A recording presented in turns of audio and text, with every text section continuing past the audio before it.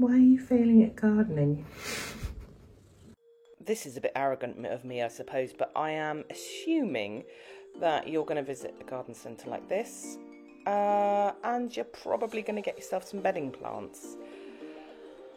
You can see 4 for £11, and I'm thinking you're probably going to buy a couple of trays of these, because they're reasonable and you get lots. And this is how you imagine it looking when you get home.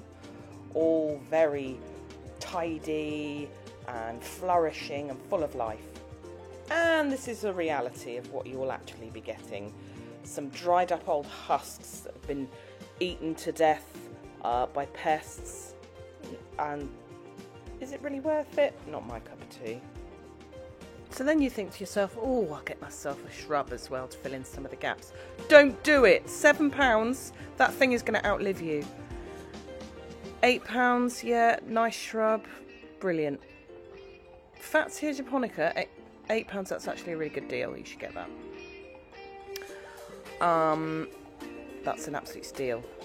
Well, my point is that you take a few shrubs home of various qualities, and then you watch them all die. This is a bit cruel of me. I'm just walking down the street. I'm very careful not to show the location of where I am. And in all fairness, I've never had a nice front garden either. And my theory goes that all those bedding plants that you've bought are long gone, and only the bushes remain. And you will see bushes, maybe one bush, and some dead bedding plants. And you see it time and time again.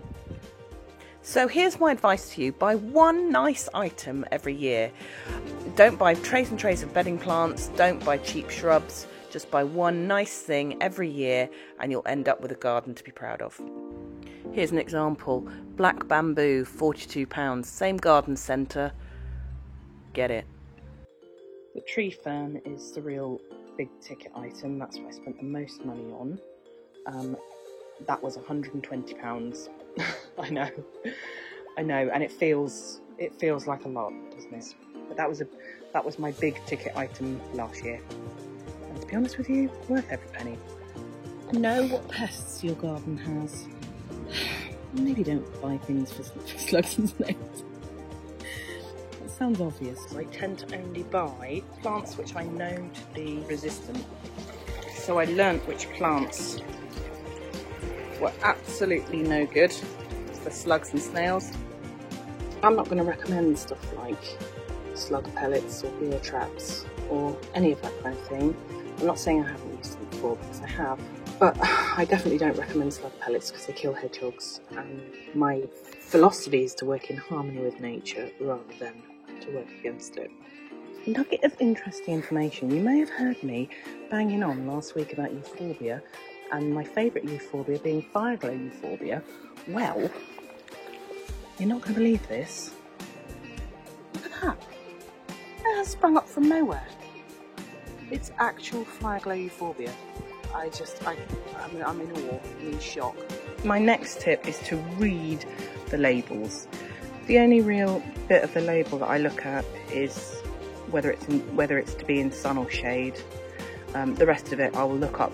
Don't know everything. Nobody does, despite what they might say. Get the name of it, look it up. RHS website is very good. It will tell you what kind of soil. It will tell you everything you need to know about position, what to do, when to prune, all that kind of thing.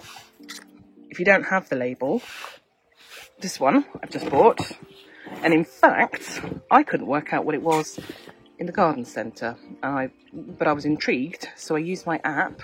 I used the Plant This app, which I find really useful, not sponsored, and snapped it, and I found out it's a callistemon, and I was so excited by the fact it was a callistemon that I bought it. But let's make this clear: plants have been around for millennia.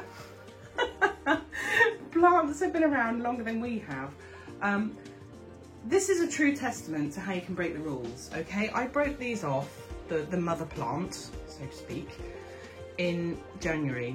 You are not supposed to do that. I have whacked them in soil that is garden soil that I dug up around because I was panicking, and I thought, right, try my luck, see what's happened. Okay, so the ends are a bit rubbish because this is where all the frost has been. But look healthy and well these are coming in. They've got new leaves just about to emerge.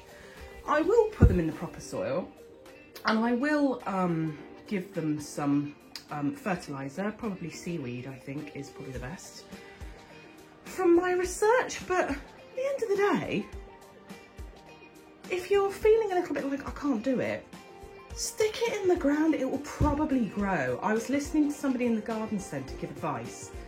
She said put soil improver in, put bone meal in, do this, do that, and the poor customer looked completely bewildered, and I'm sure put the plant back and walked out. It's exactly what I would have done. They're plants, they probably will grow. You just, if you want to give it the best chance, give it the best soil. If you want to give it some fertiliser, even better. Don't over fertilise it though. I mean, is that good advice or not? Don't let soil intimidate you. And embrace your mistakes. This lemon tree was left out in the frost. Every single leaf dropped off this, as you can see about there. I looked up the advice on how to fix it. I was told make sure that it's completely dry, drain any excess liquid off, which I did, put it somewhere warm, and it should recover. It has bounced back with a vengeance. It's business. Life finds a way, doesn't it? Life finds a way. Forget it. It's good advice.